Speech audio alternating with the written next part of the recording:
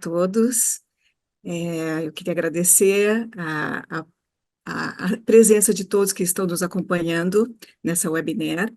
Agradecer a todos que nos acompanham nas redes sociais, em todas essas webinars, aulas, lives que a gente realiza. E hoje nós vamos conversar sobre a doença de Huntington. Eu sou Regina Cury, sou coordenadora nacional do programa Day Hunter, que é um programa de atendimento multidisciplinar a pacientes com doenças raras e cuidadores.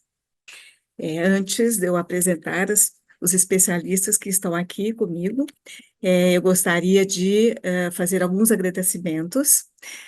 Primeiramente, a Teva, pelo apoio a esse evento, e também a algumas instituições amigas, a Associação Brasileira de Huntington, a Casa dos Raros e a Febra Raras, que é a Federação Brasileira das Associações de Doenças Raras.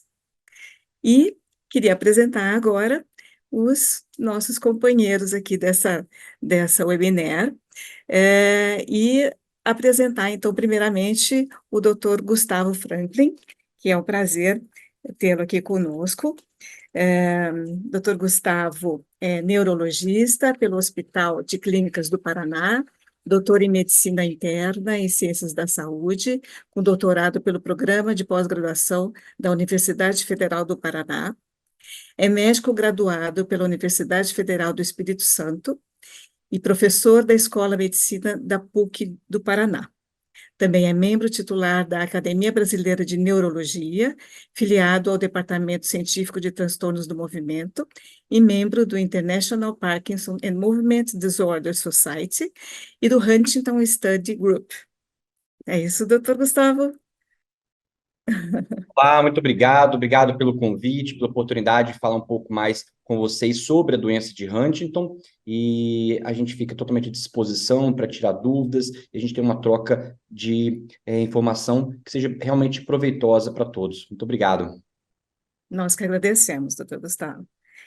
E quero dar as boas-vindas a Tatiana, que é uma honra também tê-la conosco. Tatiana Henrique é psicóloga pela Unidade Federal de Alagoas, com formação em terapia cognitivo-comportamental, psicopatologias e suicidologia. É coordenadora e psicóloga da ABH, que é a Associação Brasileira de Huntington, e é fundadora e membro da ABH Jovem, embaixadora da Organização da Juventude de Doença de Huntington no Brasil. Ela é membro do grupo de pesquisa em distúrbios do movimento do Hospital das Clínicas da Faculdade de Medicina da USP. É isso, Tatiana? Isso, Seja muito bom, bem-vinda. obrigada, muito obrigada. É uma imensa alegria estar aqui com vocês hoje, enquanto psicóloga, enquanto familiar de pessoas com doença de Huntington e representando a ABH, que é a Associação Brasil Huntington, e agradeço pela oportunidade de participarmos dessa conversa tão importante para disseminar mais informações, promover compreensão e que possamos ajudar a construir uma rede cada vez maior de apoio para aqueles que enfrentam diariamente os desafios da doença de Huntington. Então, muito obrigada. Nós que agradecemos, Tatiana. Tatiana, eu queria abrir uma primeira pergunta para você sobre o que é a ABH Jovem. A BH Jovem, ela é um braço que nasceu, né, dentro da ABH a partir de experiências que nós tivemos com outras associações internacionais, especificamente a ATDO, que é a Associação para Jovens Impactados pela doença de Huntington, não só jovens que têm a DH juvenil, que é uma das formas de Huntington, mas para todos aqueles que são familiares e que têm ali as suas vidas atravessadas pela experiência de conviver, de crescer em uma família com Huntington. Então, essa iniciativa internacional existe e a gente trouxe para cá, para o Brasil, esse apoio direcionado para o público jovem e para o público que está em risco e que tem DH juvenil também. Então, é um braço da ABH que existe aí ao longo desde 2018, que a gente fundou essa ramificação do trabalho da ABH. Muito bacana. É uma doença que é, é, é muito devastadora e da idade muito jovem, né, Tatiana? Tá Sim. certo. Muito obrigada. Bom, a primeira pergunta agora vai para o doutor Gustavo. E eu gostaria de que o senhor nos dissesse, doutor Gustavo, assim, basicamente, de forma reduzida, o que é a doença de Huntington, né? E, mais importante, como está isso no cenário do brasileiro, de saúde do Brasil. A doença de Huntington é uma doença genética e hereditária. Então, quando a gente fala genética, significa que a gente nasce com um gene, e hereditária que a gente pode herdar. Nem sempre a doença de Huntington ela é herdada do pai ou da mãe. Ela pode nascer com a mutação diretamente no paciente, em 10% dos casos isso acontece. Na doença de Huntington, a gente tem sintomas eixo, sintomas base, que são definidos através de um tripé. Então, existem 3 grupos de sintomas esperados na doença de Huntington. O primeiro são os sintomas do movimento, e eles são os mais característicos, tanto é que por muito tempo a doença foi chamada de coreia de Huntington. Hoje a gente entende como a doença de Huntington. A coreia de Huntington, ela era chamada como coreia de Huntington porque o movimento que a deu nome é um movimento à semelhança de uma dança, que são movimentos randômicos, involuntários, que ora acontece de um braço, ora da boca, ora do tronco. A esse movimento deu-se o nome de coreia. Coreia vem do grego dança.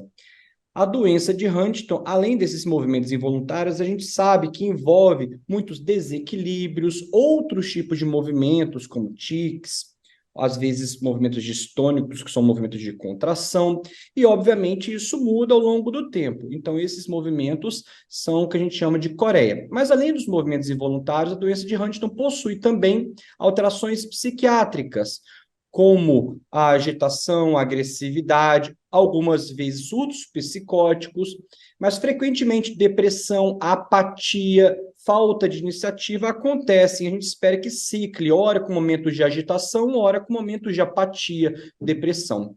E, por fim, os sintomas cognitivos, que levam a pessoa a ter um déficit cada vez maior da memória, do raciocínio, da habilidade de cálculo e na habilidade de executar tarefas cotidianas.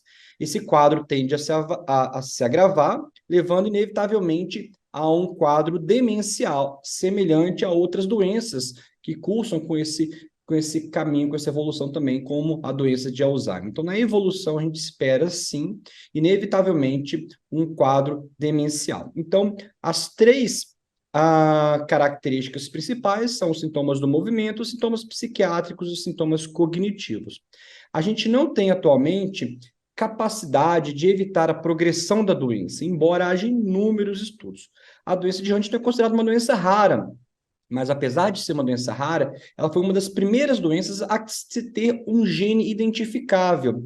E por esse motivo, ao longo dos últimos anos, um objetivo cada vez maior e que agrega cada vez maior número de pessoas em busca desse tratamento modificador do curso da doença ou, quem sabe, uma cura. A gente ainda não tem uma previsão e realmente ainda é uma coisa um pouco distante. Mas a gente entende e espera realmente que não seja tão distante, porque há muitos estudos atualmente, muitos. Sobretudo, os estudos baseados na terapia genética, que são terapias de edição, modificação do gene. Uma vez que o gene foi identificado, a gente busca agora modificar o próprio gene. Foi assim que, no início do século XXI, iniciou alguns estudos com um medicamento chamado Tominersen, que é da Roche, e apesar desse medicamento em si não ter dado resultados positivos, ele abriu uma gama de novos estudos na terapia genética para que hoje a gente consiga ter esperança, expectativa em cima dessa terapia. Hoje a gente tem tratamentos sintomáticos para os quadros psiquiátricos e para os movimentos involuntários. Alguns medicamentos são utilizados para outras doenças também, e até mesmo alguns medicamentos se encontram no SUS, porque são medicamentos comuns a outras entidades psiquiátricas. Existem muitos que são os remédios chamados neurolépticos ou antipsicóticos. Os sintomas cognitivos, eles não são atualmente tratáveis de forma medicamentosa, de uma forma satisfatória. Porém, através de uma terapia, um tratamento multidisciplinar, além da medicação, muito hoje se busca fazer e a gente consegue auxiliar não só o tratamento, não só o paciente em si, através do tratamento dos sintomas, mas também todo o contexto familiar em que ele se encontra, através de uma abordagem multidisciplinar, que, se não realizada, não simplesmente leva a uma carência no tratamento, mas leva a um não tratamento. O tratamento da doença de Huntington, ele deve ser visto como, ou ele é multidisciplinar, ou a gente abrange todo o sistema familiar e todo o contexto onde o paciente está inserido, ou não há tratamento, porque, de fato, o cuidador e o ambiente familiar ficam extremamente sobrecarregados e, em última instância, o paciente em si não vai ter o cuidado adequado. Então, hoje é o que a gente entende sobre a doença de Huntington e sobre o cuidado e aonde a gente se situa no contexto medicamentoso e terapêutico. Certo. Muito obrigada, doutor Gustavo. E assim, a diferença na sintomatologia de um jovem para um adulto, quando se inicia a sintomatologia? O paciente com doença de Huntington, ele tem um gene, e esse gene tem um número de repetições. Em pessoas sem a doença, a gente tem um gene, e na verdade a gente tem dois, um a gente herda do pai, outro a gente herda da mãe, com um número de repetições. Esse número de repetições, nas pessoas sem a doença, é um número menor do que 27 repetições. Então, a gente pode ter 20, 15, 18, é um número de repetições de uma letrinha no gene. O gene é um código genético, é um código igualzinho um código de barras, e tem a mesma função de um código de barras. Ele é traduzido através de proteínas em uma nova proteína. Então, tem um sistema que lê aquele código e faz, a partir daquele código, uma proteína. Quando o código está alterado, ou seja, o gene está alterado, a proteína que vai vir desse gene vai estar alterada. Nesse caso, a proteína é a huntingtina. A gente chama de huntingtina. Esse gene, então, ele pode estar mais ou menos alterado de acordo com o número de repetições. Esse número de repetições, que a gente considera entre 27 acima disso, é um número alterado. Quando a gente tem esse número alterado, a gente tem ou pode ter a doença de Huntington. Agora, a gente sabe que existe, além do número em si, existem faixas desses números em que em que a gente pode predizer quando vai ser o início da doença. Então, pessoas que têm entre 36 até por volta de 58 repetições, um pouco mais, um pouco menos, elas vão ter a idade de início por volta dos 35 anos. Em geral, esse início da doença acontece entre 35 e 45 anos, mas a gente pode ter 27, 25, com toda certeza. 25% das pessoas vão ter depois dos 50 anos, e vai estar nessa faixa entre 36 repetições e 56 repetições. A gente entende que existe uma proporcionalidade, mas ela não é exata. Então, nesse intervalo, 36 a 46 repetições, 36 a 56 repetições, por volta desse número, as pessoas vão ter o início da doença entre 20 e 70 anos de idade. Mas na maioria das pessoas vai ter entre 35 e 45 anos, o início das manifestações dos sintomas. 25% vai ter acima dos 50 anos de idade. Pessoas que têm mais do que 60 repetições, então, de maneira geral, entre 56, 58 e por volta de 80 repetições, elas vão ter aquilo que a gente chama de doença de Huntington juvenil. O que é a doença de Huntington juvenil? É a doença que se manifesta antes dos 20 anos de idade. E a doença que inicia antes dos 20 anos de idade, ela se manifesta diferente. Os sintomas são diferentes. Há uma tendência de que os movimentos involuntários, a que chamamos de coreia, não existam. E o paciente ele tem uma forma mais rígido-acinética. O que quer dizer isso? O paciente fica mais rígido, travado. E, frequentemente, o paciente é diagnosticado como tendo doença de Parkinson. Na verdade, os sintomas eles são parkinsonianos. O nome que a gente dá de parkinsonismo é um nome que engloba sintomas presentes em várias doenças. Doença de Parkinson é uma doença que tem esse parkinsonismo, se chama doença de Parkinson. Na doença de Huntington, a gente pode ter parkinsonismo. O que é o parkinsonismo? É lentidão do movimento mais rigidez. Isso é parkinsonismo. Está presente em várias doenças. Na doença de Huntington a gente pode ter, e é esperado naqueles pacientes que têm a forma juvenil, que é a que se inicia antes dos 20 anos de idade. A gente Ok. tem até um nome para essa forma parkinsoniana, a gente chama de variante de Westphal, porque foi a primeira Uhum. pessoa que identificou essa mudança, essa alteração no fenótipo, nas características da pessoa. Então, a gente chama de variante de Westphal, ou Westphal. A variante de Uhum. Westphal, então, essa forma parkinsoniana comum nos pacientes que têm a forma juvenil, que é aquela que se inicia antes dos 20 anos. Então, existem sim alterações. Nos Ok. pacientes que têm mais do que 80 repetições, que têm um gene muito alterado, eles podem ter sintomas antes dos 12 anos de idade. E isso é muito mais raro, obviamente, mas existe e não incomumente a gente vê pessoas menores do que 12 anos. Essas pessoas Uhum. tendem a ter ainda características mais diferentes.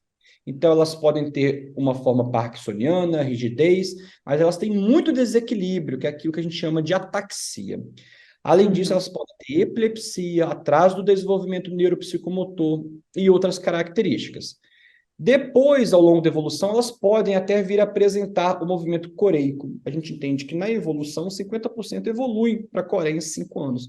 Mas não é o sintoma base nessas pessoas, que a gente chama de doença de Huntington infantil.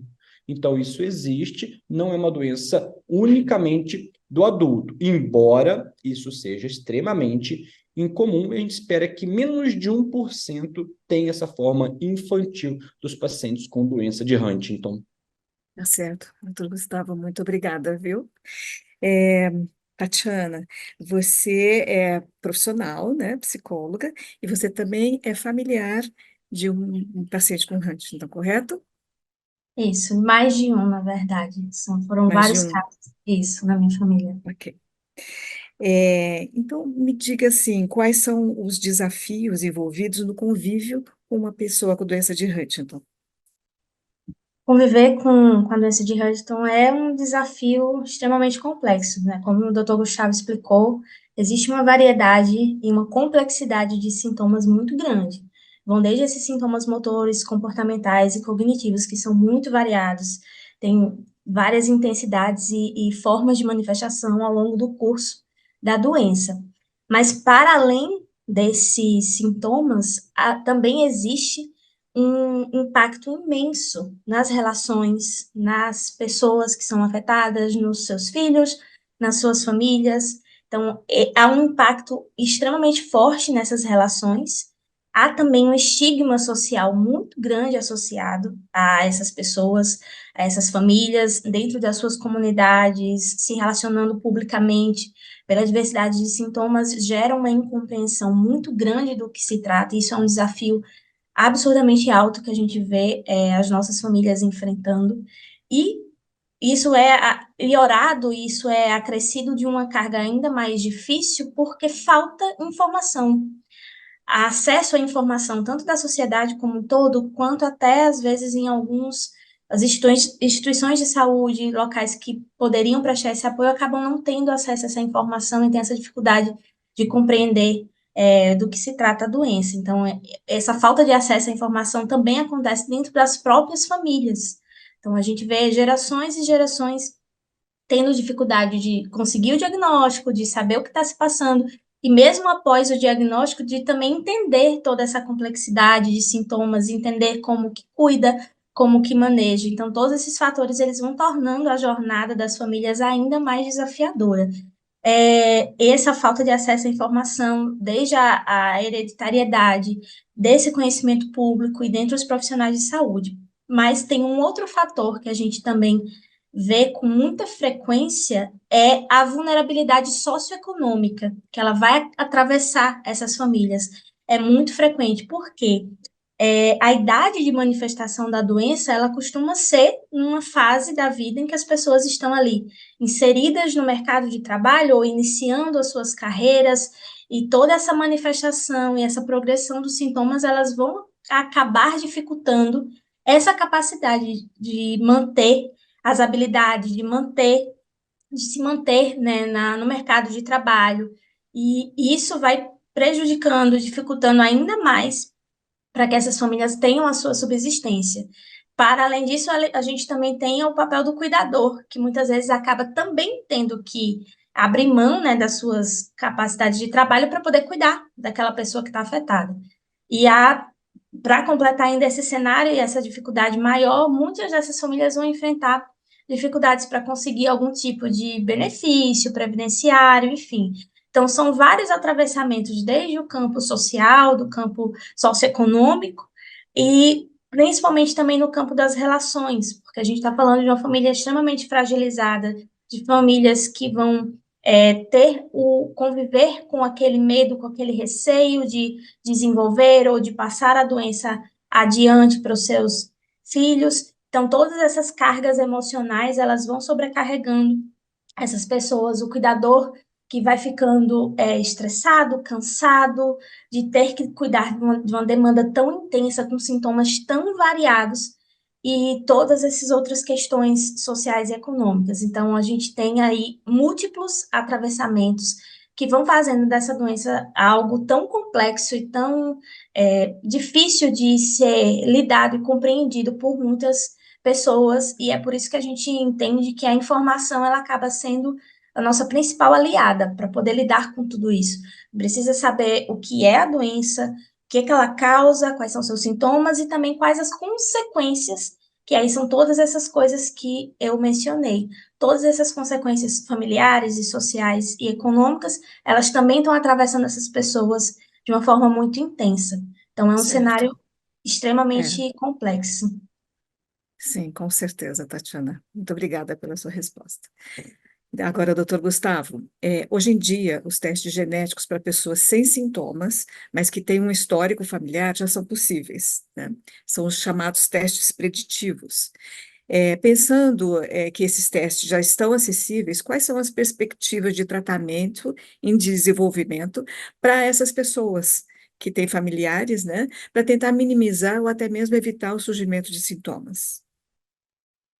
Bem, hoje, como a gente sabe, a doença de Huntington ela não tem um tratamento capaz de evitar a progressão da doença. Da mesma forma, pessoas que têm um gene alterado, que conhecem, sabem que têm um gene alterado, elas não vão ter uma medicação capaz de evitar a progressão da doença ou evitar o desenvolvimento da doença. Então, isso é muito importante para que as pessoas que se coloquem para realizar o exame tenham entendimento adequado sobre isso. Realizar o exame da doença de Huntington de forma assintomática, ou seja, a pessoa não ter sintomas, deve ser avaliado de uma forma muito cautelosa, com objetivos muito claros, e não simplesmente por estar disponível. Por quê? Ele pode trazer uma carga emocional muito grande psicológica da doença. Imagina, a gente não tem, como eu afirmei agora, capacidade de evitar que a pessoa com doença de Huntington, ou a pessoa em risco de doença de Huntington, desenvolva a doença. A gente não tem como evitar que a doença vá se desenvolver em quem tem um gene alterado. A gente não consegue. Não há nenhum mecanismo medicamentoso. Eu vou falar de outras formas não medicamentosas, em que a gente já sabe, sim, que evitam ou que mudam, podem mudar o desfecho, mas de forma medicamentosa a gente não tem. Ou seja, a gente não consegue utilizar nenhum remédio capaz de evitar.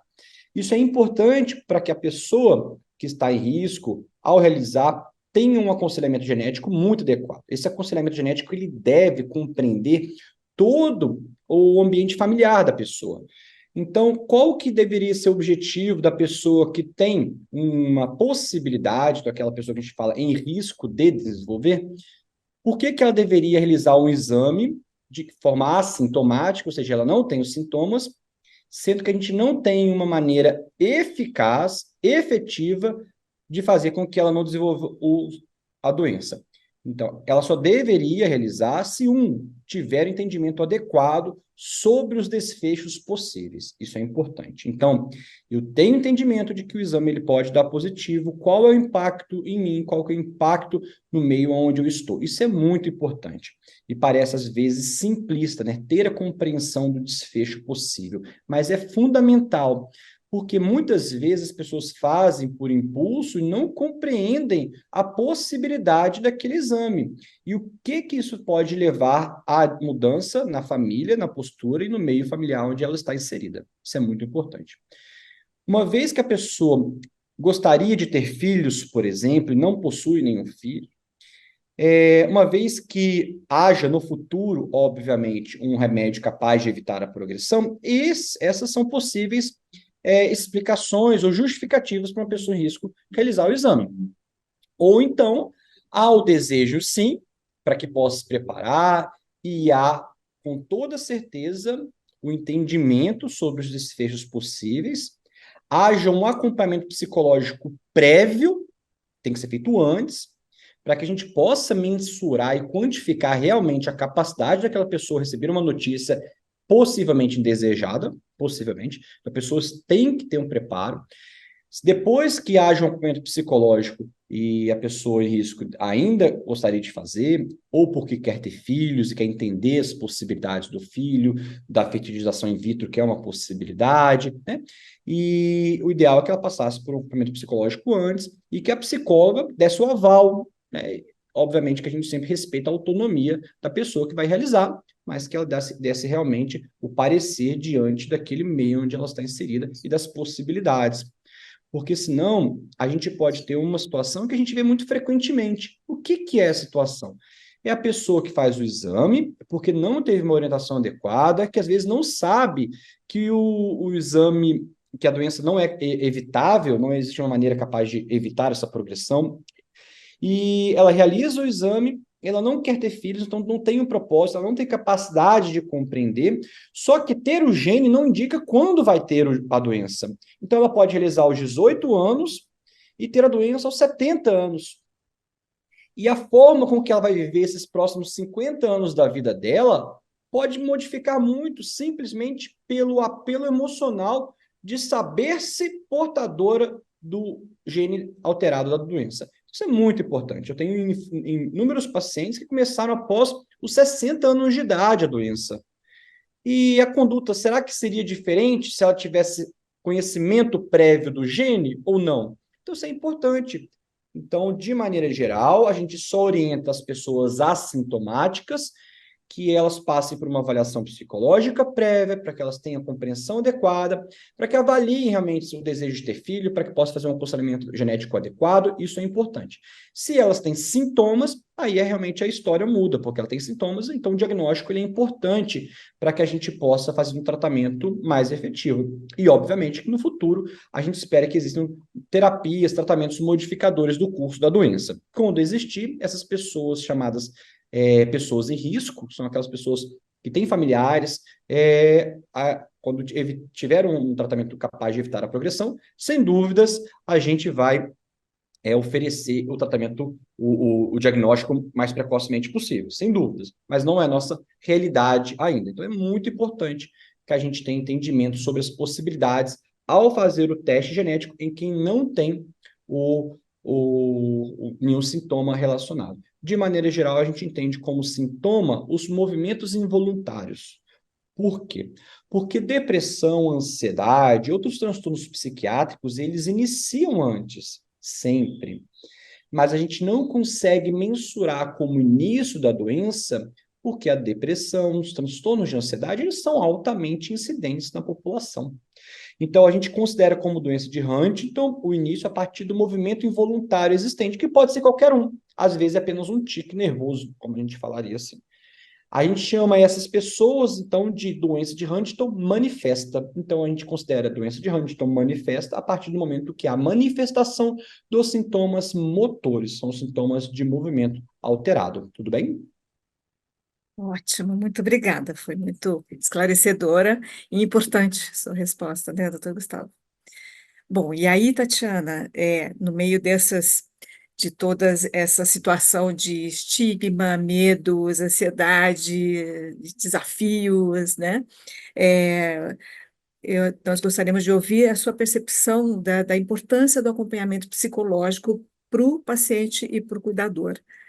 É tão óbvio, né, Tatiana? É, mas às vezes tão difícil o acesso, enfim, e Sim. a compreensão de todos esses fatores que estão envolvidos pela natureza hereditária da doença. Porque, sem dúvida, isso vai se configurar um desafio emocional imenso, muito significativo. Desde o paciente sintomático, né, desde a pessoa que começa a manifestação dos sintomas, ela vai enfrentar ali as suas dificuldades emocionais para lidar com essa confirmação diagnóstica, mesmo às vezes sabendo do histórico familiar, tendo visto outros parentes afetados, então é um processo aí complexo também de se enfrentar.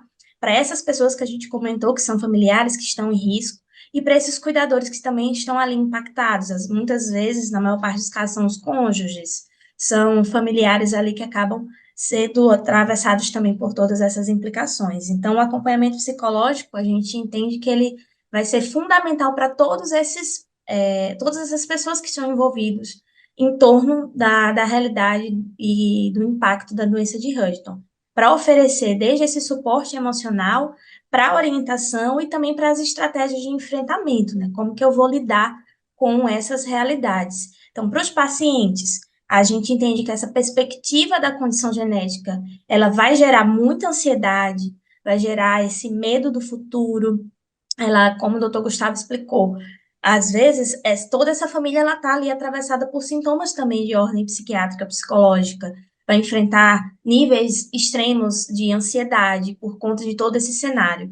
E isso vai interferir bastante nessa pessoa para levá-la à aceitação ou não do seu diagnóstico, para enfrentar. Para além disso, a gente ainda tem um componente cognitivo que também interfere na capacidade dessa pessoa de se perceber. A gente tem uma característica da doença cognitiva que a gente chama de anosognosia, que é uma certa incapacidade da pessoa conseguir ter essa percepção dos próprios sintomas. Então, isso vai fazer com que esse processo desde diagnóstico até a aceitação da condição, ela também seja muito impactada, e isso se associa a uma sobrecarga ainda maior do cuidador, porque ele vai estar lidando com uma pessoa que não reconhece os próprios sintomas, que não reconhece o próprio adoecimento e as consequências e as dificuldades que aquilo ali está causando. Então, a gente precisa dar esse apoio, esse suporte, essa informação para as famílias, para que isso seja compreendido e a gente consiga encontrar estratégias para poder lidar, para poder enfrentar.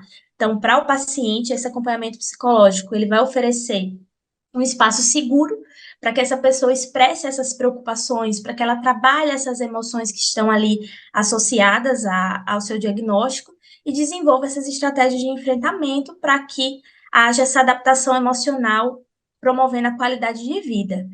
Para os familiares em risco, que é o outro público, que vão ser ali os filhos, né, dessas pessoas que estão diagnosticadas e vão ter 50% de chance de desenvolver ou não a doença, eles vão viver nessa tensão, né, constante, entre a incerteza desse futuro, desse diagnóstico e essa busca, essa necessidade de tomar decisões sobre a sua própria vida, as decisões que a gente chama de informadas, né, sobre o teste genético, que foi o que o doutor Gustavo comentou, que é extremamente importante que seja uma decisão, primeiro, informada, que essa pessoa saiba da doença, do que ela está lidando, e tenha esse suporte psicológico para compreender como que ela lidaria, se ela teria capacidade ou não, e qual o sentido de ter essa resposta agora na vida. Então, a gente precisa trabalhar todos esses cenários para o familiar em risco fazer esse processo de tomada de decisão e também, caso opte por não fazer o teste, como que ele vai conviver com essa dúvida, como que essa pessoa vai passar, navegar ali pela vida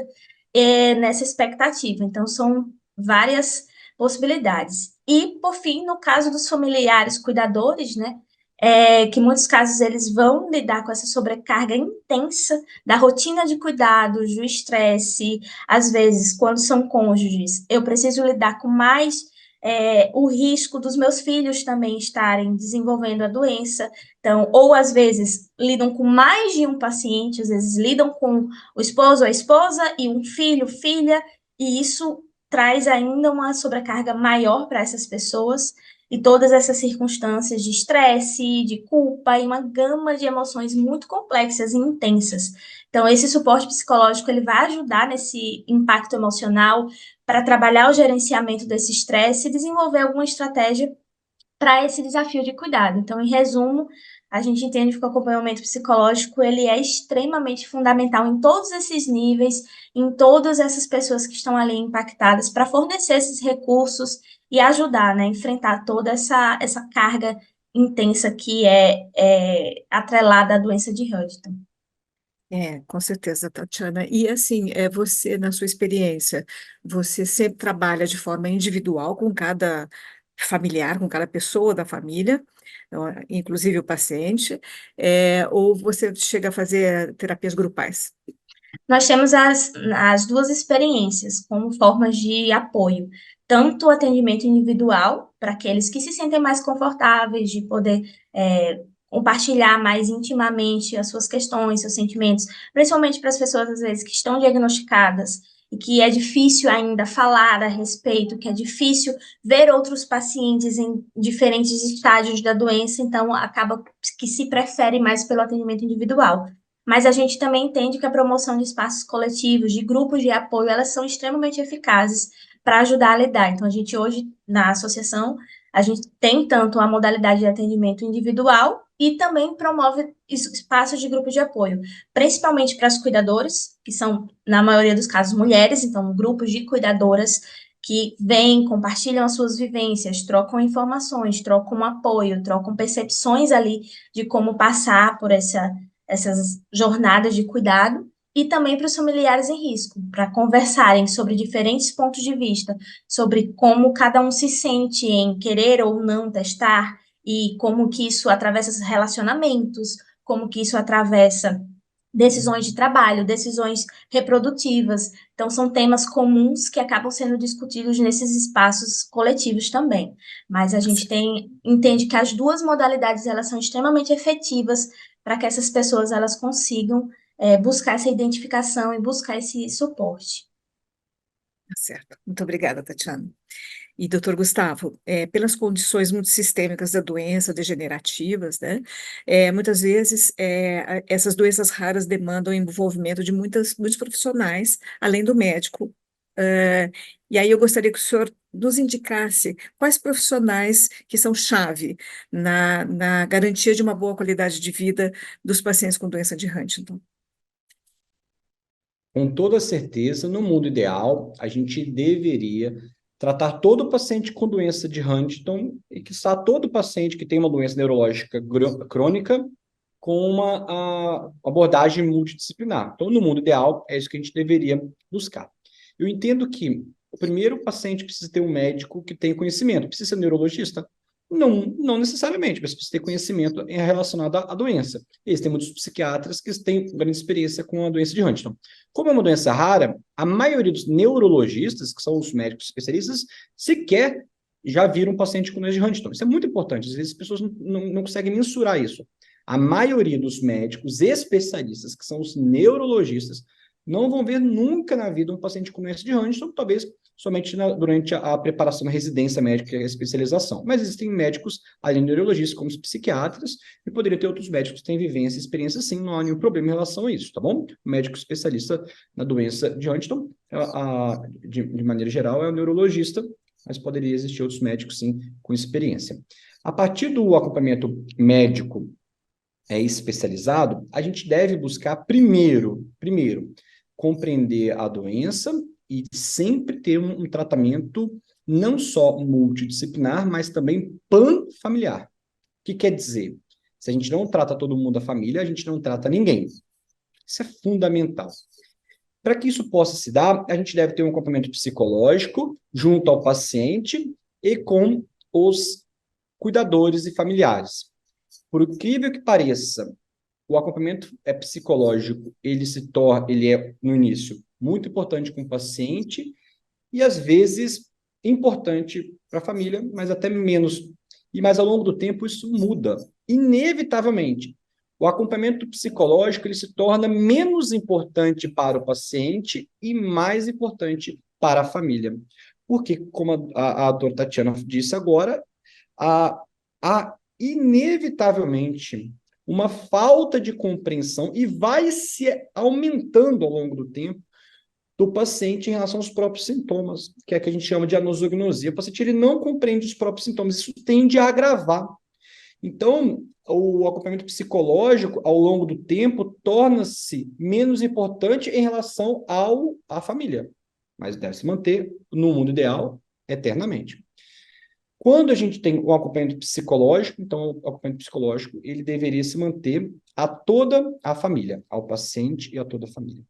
Uma vez eu tendo um acompanhamento psicológico, eu devo buscar não simplesmente uma alimentação ideal, mas um acompanhamento nutricional que envolva não uma restrição ou uma dieta rígida específica para o paciente, de forma alguma.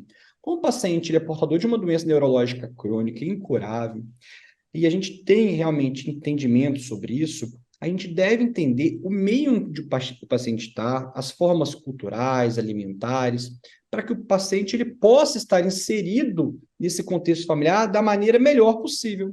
Então, o acompanhamento nutricional não é simplesmente para passar uma dieta rica em caloria.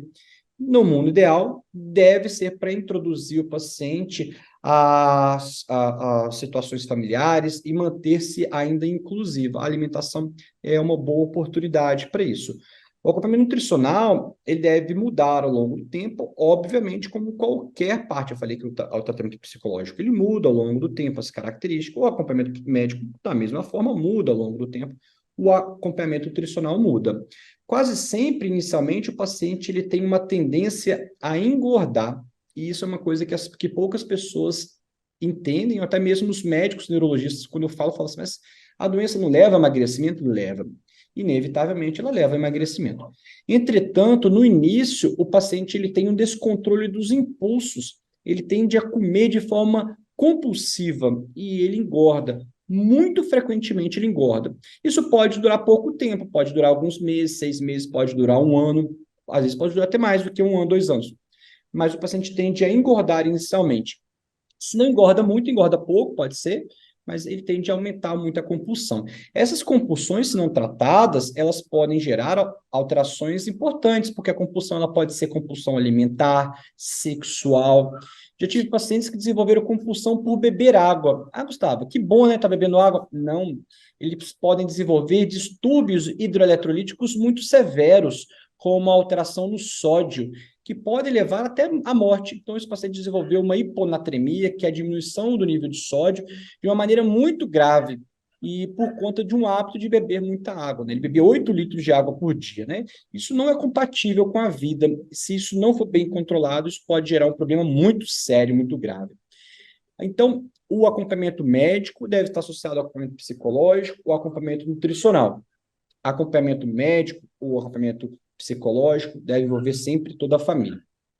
Tendo acompanhamento nutricional, a gente deve buscar, sem dúvidas e sempre, um acompanhamento com a fisioterapia, e a fisioterapia deve ser feita desde o início, mesmo que o paciente não manifeste limitações ou incapacidades importantes, mas para que a gente consiga desenvolver,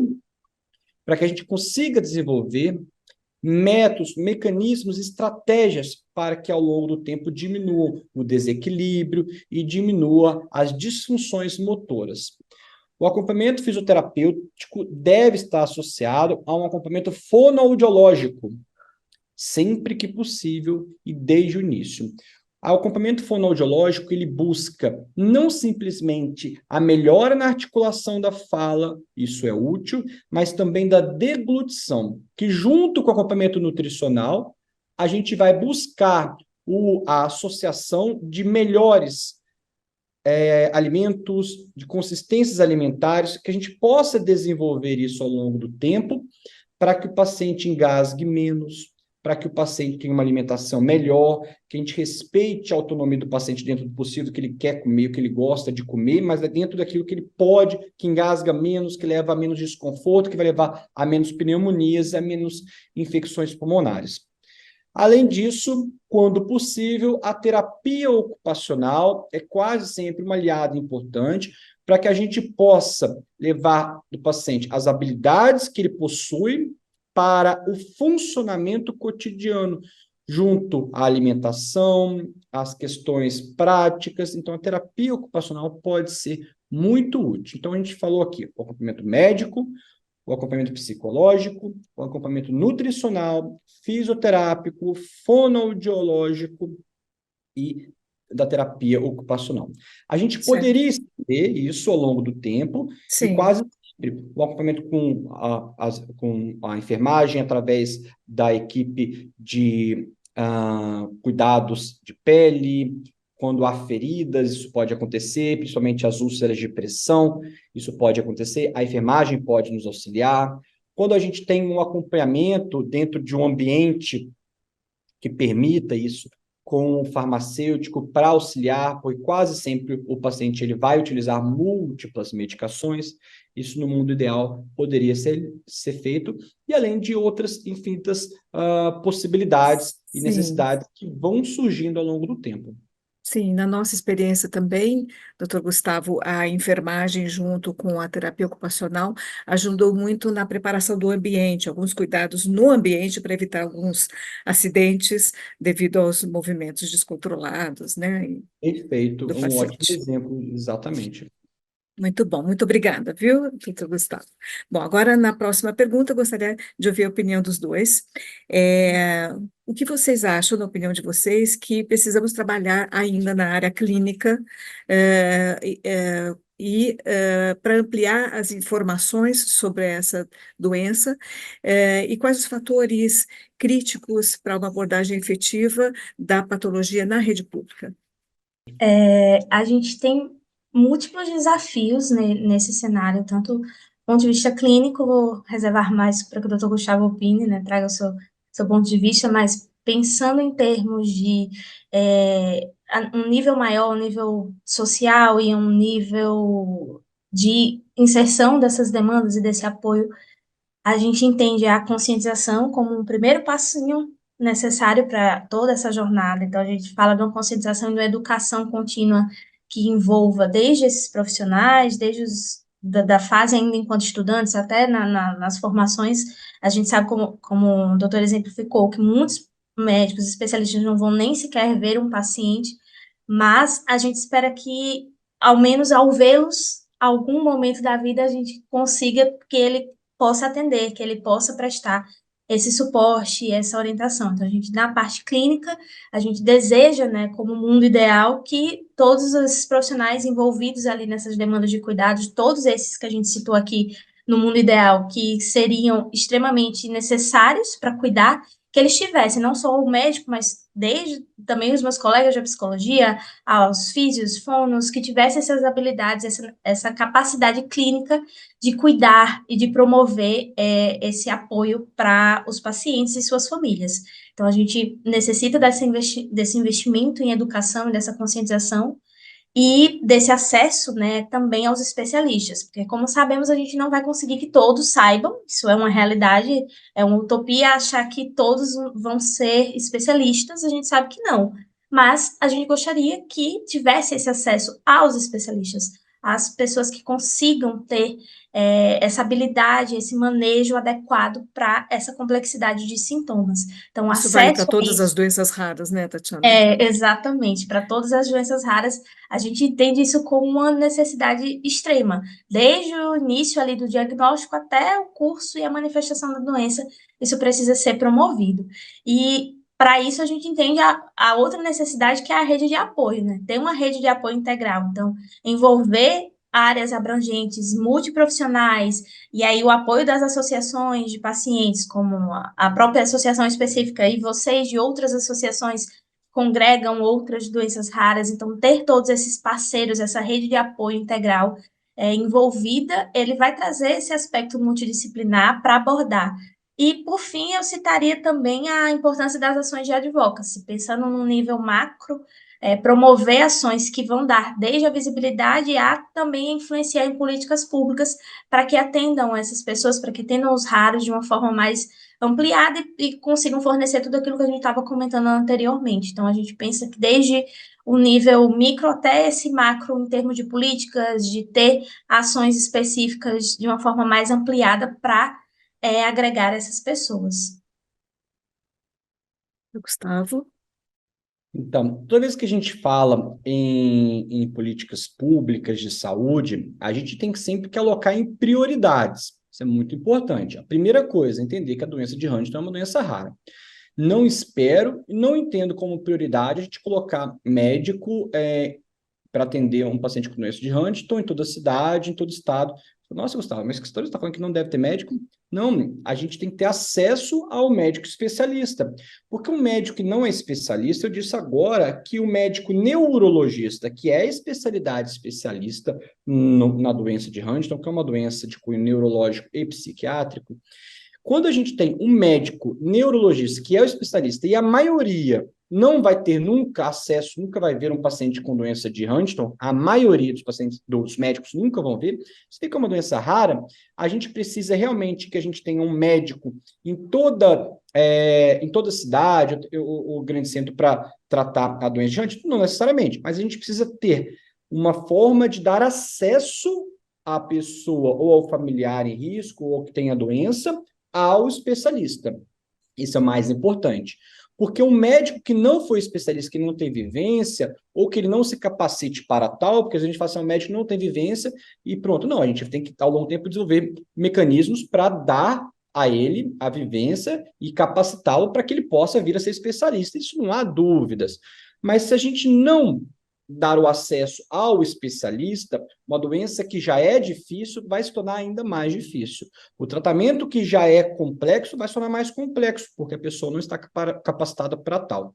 Então é diferente quando a gente fala de uma doença Huntington, uma doença rara, com aspectos tão complexos, elas não podem ser, a meu ver, tratadas por qualquer profissional. A gente tem que capacitar. Então, envolve essa questão educacional, da gente capacitar os médicos e profissionais, não somente os médicos, mas, sobretudo, priorizar o acesso daquelas pessoas que possuem, frequentemente em pequenos centros, em nichos, são pequenas cidades, são pequenos locais onde desenvolveu-se muita doença, para que a gente consiga levar o acesso, né? E isso realmente depende de políticas públicas que tenham uma prioridade nesse setor. Então, a prioridade para mim é dar acesso, não necessariamente levar um médico, levar um profissional para perto, não necessariamente, essa é a minha visão.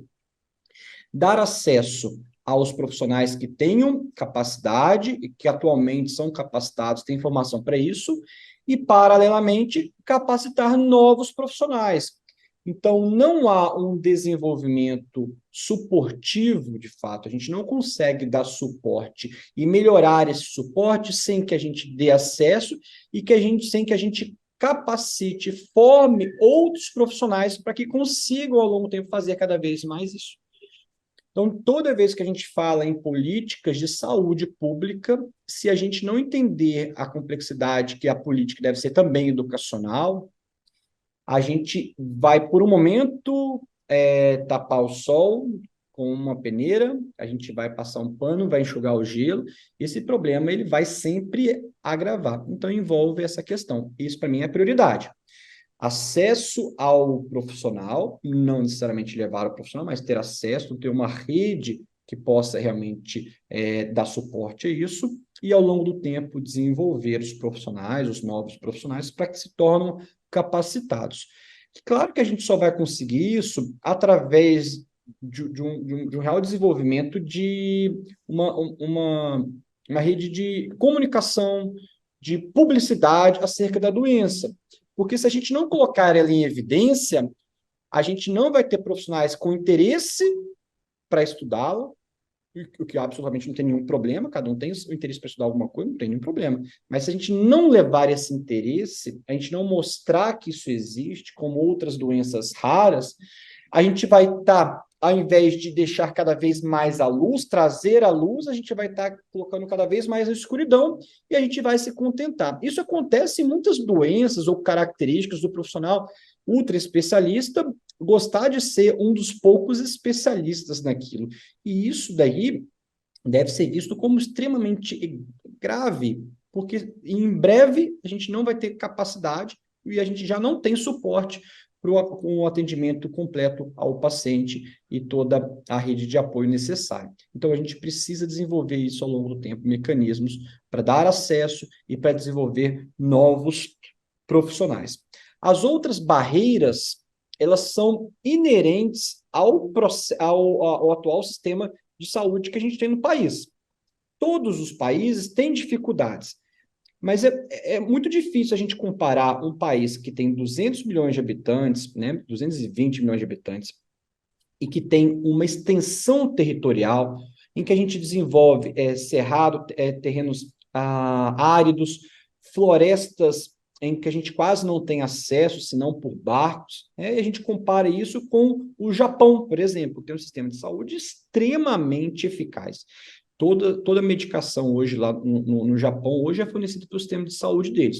Que apesar de ser um país muito povoado, é um país populoso, é um país que não tem outras intempéries ambientais, mas não tem essas questões territoriais, não tem essa população nossa. Então a gente não consegue comparar e não deveria comparar. Eu vejo frequentemente pessoas comparando, né, o sistema daqui com o sistema de Londres, né, e aí fala que não, aqui o acesso a tudo, ou até mesmo nos Estados Unidos, que tem até uma extensão territorial um pouco maior, mas próxima do Brasil. Olha que interessante, a gente não consegue, a gente tem os nossos desafios, a gente tem que trazer a realidade deles para a nossa realidade, né, e a gente fazer com que a gente consiga desenvolver de acordo com a nossa realidade de saúde pública. Não há dúvidas que não é só para a doença de Huntington que a gente não tem um suporte adequado. Não há dúvidas, não é só a doença de Huntington. Não há dúvidas que não é só a doença de Huntington e também não são só as doenças raras. E, claro, cada grupo vai buscar estratégias para aperfeiçoar em cima daquilo a qual se propôs. Não há absolutamente nenhum problema em relação a isso. Mas o sistema público de saúde no Brasil, ele é insuficiente para absolutamente todas as doenças. E, às vezes, a gente vê muito, né, essas questões políticas a gente viu nos últimos tempos, né, eu não vou abordar, obviamente, nada relacionado à política, mas é uma romantização do nosso sistema de saúde, né, como sendo um sistema muito universal. E esse sistema universal, ele é como objetivo. Como a gente tem como objetivo ter uma sociedade realmente inclusiva, esse é um objetivo. O sistema de saúde atual do país, ele não é universal, ele busca ser universal. E isso é importante para que a gente entenda que quando a gente fala que é direito meu, isso não quer dizer que só por ser direito, que de uma hora para outra tudo vai estar à sua mão. Não, isso envolve o estabelecimento e o desenvolvimento de estratégias para que a gente consiga obter aquilo que lhe é direito. E isso deve envolver a priorização de estratégias, como essas que eu disse. Priorização não significa deixar outras coisas de lado.